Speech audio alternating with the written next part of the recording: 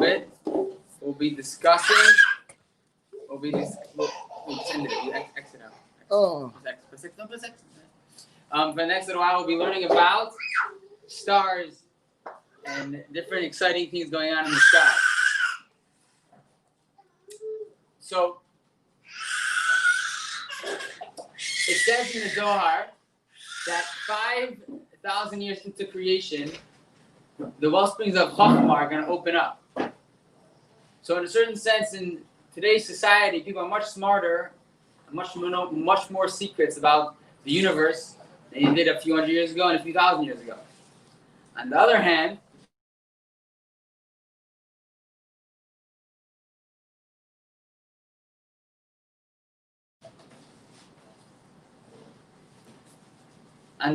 some things are exactly the opposite that they used to, in the past years, people knew much more about than these days. And these days, people be foolish and stupid when it comes to these concepts. So now we're going to talk about Avodah Zarah. I don't know, it's not working today.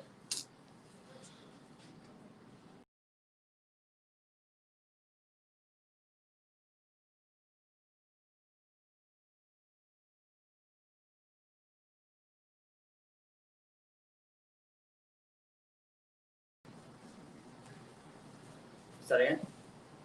Mm-hmm. Okay, so we're going to learn for the next few days about the exciting things going on in the sky. There's a lot going on up there, and since God created Adam till today, we're scratching our heads to figure out what's going on up there. So it switched along the years. These days, people are looking at more at the facts, more of the scientific, what's going on. In the olden days, in times of Adam and his kids, they looked more in the deeper, what's behind what we see. So one big difference of the way people look at it now, unfortunately, the way people used to look at it, today people look at us as like a coincidence, as like a speck of dust in the middle of this big situation going on. And that makes people sometimes depressed and sad because they feel like they're nothing, they feel like they're worth nothing, they feel like they just happen to be. On the other hand, in times when, right after Hashem created us, and his kids and his grandkids, they knew the truth, that everything is about us. Anything going on is about us. Even though the Rebbe told the professor that you should always search for life on other planets, but God's mission is us. We're the finished product. So a lot of times you have a massive company with the massive buildings and engineers, billions of dollars, but it's all about the little small product that comes out of the whole process. So even though things look massive compared to us little things, and there's much more going on than us, but we are the goal. We're the meaning of it. That's what God really cares about. So now, before we learn about the stars inside the Talmud, let's just give you a little bit of a knowledge of what is idolatry. When people bow down to stones, what's going on in their heads? So I don't know what's going on in their heads right now, but I know what went on in their heads. So the grandson of Adam, he was the first one that started serving stars. Now, his grandfather was created by God. Literally, he made his body. So how does his grandson start bowing down to rocks? How does that work? It doesn't make any sense. He should have known better. So the answer is he wasn't that stupid. He was very smart. Imagine somebody comes into the room over here and walks up to you and says, you know what, Angel? Tomorrow, God forbid this thing's going to happen. The next day, you're going to win the lottery. It goes on and on for your whole life. Tells you everything is going to happen. Chances are you'll, first of all, be very freaked out. But also you'll invite the guy home to your house. You'll try to be his best friend. If this guy knows what's going to happen, I bet he has some powers, right? That's what you would think. So really, if you look in the sky, you look at the stars, you can see every detail for the rest of your life, for the rest of the world. Every single time you'll trip on a rock, it's in the stars. Everyone's storyline from the day he's born to the day he dies is in the stars, is in the sky. Every country has their own planet, their own star that's running that country. And the reason why people are in this country, this personality, and in this country, this personality, is because their source, their star, which is running that country. Every person, every day of the month, every day of the year, every step you take you're just a reflection of what's going on up there. So Adam's grandson that's seeing all these things, he was a smart man. He was looking at the stars without maybe, I don't know what type of telescope he had, but he saw all the details He's like, this is amazing. The stars know what's going on. They're sort of controlling us. Let's be friends with them. Let's bow down to them. Let's respect them. That way, they'll be more kind to us and maybe move a little bit, so our life will get a little better. Still believe in Hashem. But 100%, they said Hashem is like a king with many ministers. The stars and everything in the sky is Hashem's ministers to control his finished product, which is the world. It's almost like the machines in the factory thinking that they actually know what they're doing. Now, it's not just that they thought they want to get stuff. Also, if you want to give them credit, they thought, listen, if Hashem's giving these people so much power, must be that they have something special about them. Hashem wouldn't give me the power to control the whole world. So let me respect them. If Hashem is respecting him, let me respect him. So they had good reasons. There's just one mistake they made. Every single thing that happens in the sky, Hashem does. It's not the stars moving the way they want to move. It's not the stars telling us what's going to happen. It's Hashem moving the stars the way he wants. Even deeper, it explains in Chassidus that the movement of everything in the sky, the movement actually makes us who we are. We learned in Rambam a few days ago that everything in this world is made out of fire, water, air, and dirt. Every single thing in this world has a part of that. And has a combination of all four. Now, how much fire you have, how much water you have, that happens in the sky. The movement of everything is what collects the different elements and makes you who you are. So the reason why you have more water or more fire, if someone's more heated up, it's fire. If someone's more calm and collected, it's water. So whatever your personality is, depends on the speed of everything moving around, it makes you a different person. Some things can last forever. Some things they get destroyed, not forever, for thousands of years.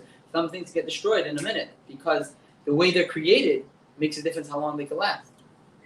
So it makes a not only, and this you for sure can make a mistake that it depends on the stars. If you say, okay, the star is created by God, what about how fast he moves?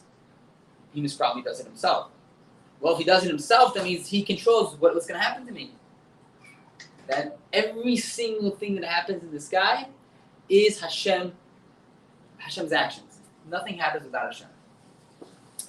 Okay, so now that we know what's going on, that we're just a reflection, we're the finished product, but we're the reflection of what's going on in the sky.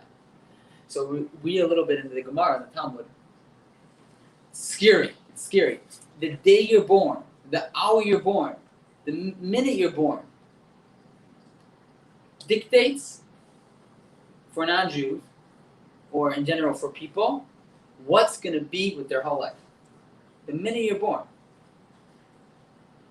And we discussed last time the debate, if there's a mazel Yisrael or there's not a mazel. Mazel is the planet, is the star, which is designated for each nation. So the answer of the Gemara is, yes, there is a star for the Jews. We do have something that makes us who we are, and when you're born a certain day, it does dictate your personality. For example, we're going to learn about Avram. Avram, he was Isha Chesed, a man of kindness.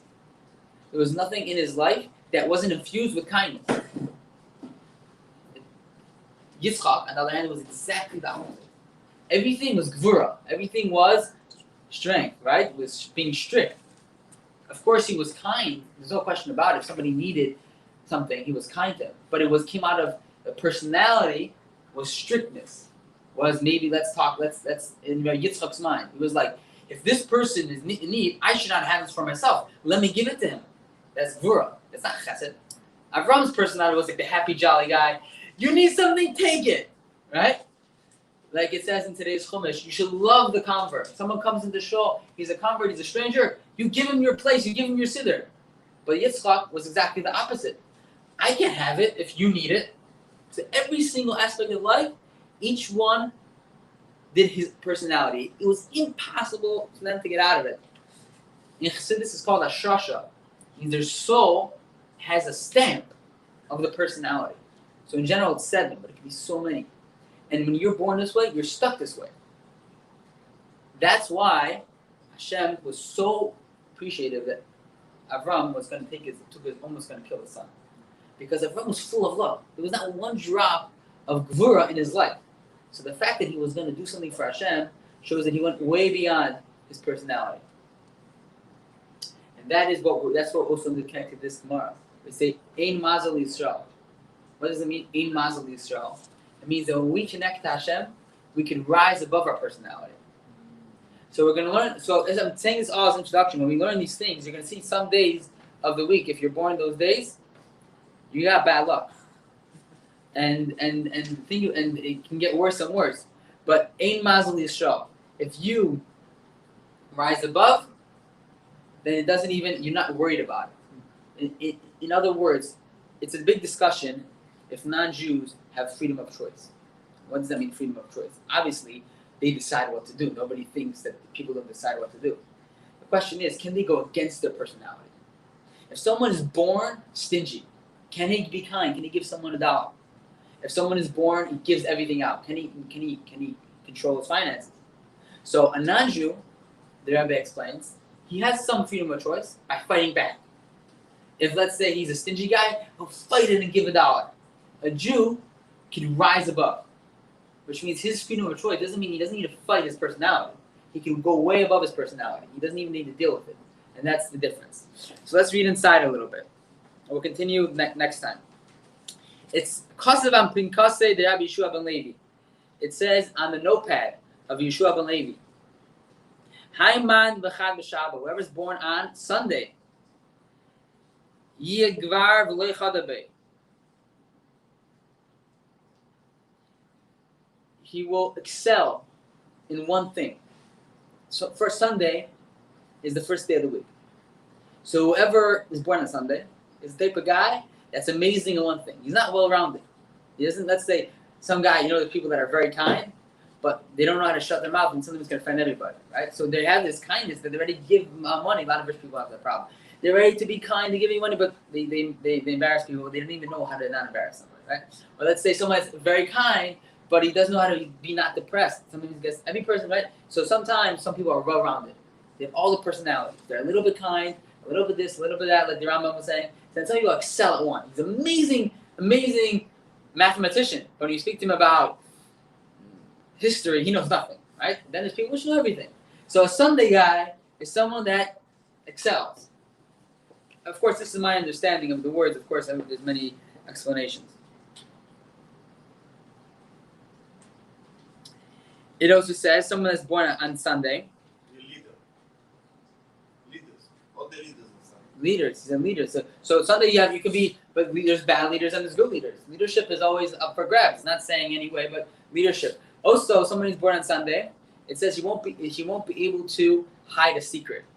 Some people have a problem. They just look at their face, you know what's going on in their life. That's a Sunday guy because Sunday light was created. He won't know how to hide a secret. But on the other hand, someone that's born on Sunday, it says over here, also, there'll be a person that will never need to take anything from anybody else. Favors, because Sunday is light. And the sun never goes into the nighttime, which means the moon can sometimes be during the day. The sun can never be in the nighttime because, of course, if it's the sun there, it's day, right?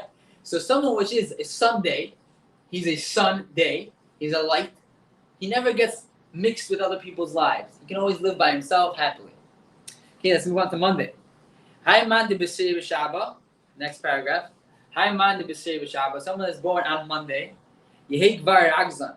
He'll be a madman or impatient man. My timer. Why will he be a impatient man? Mishum the Iflugu Bei Maya. On Monday, what Hashem did, he split the waters. He made separation. So the Monday guys would love quarantine. Love just mind my own. Everyone just lack up. Don't come into my life. Let me mind my own business. So when you see somebody that has social problems, don't worry. He was born on Monday. It's not his fault. Okay, now, of course, if he's a non-Jew, he should force himself to make friends. If he's a Jew, all he has to do is ride above it. Okay, moving on to Tuesday. This person that's born on Tuesday.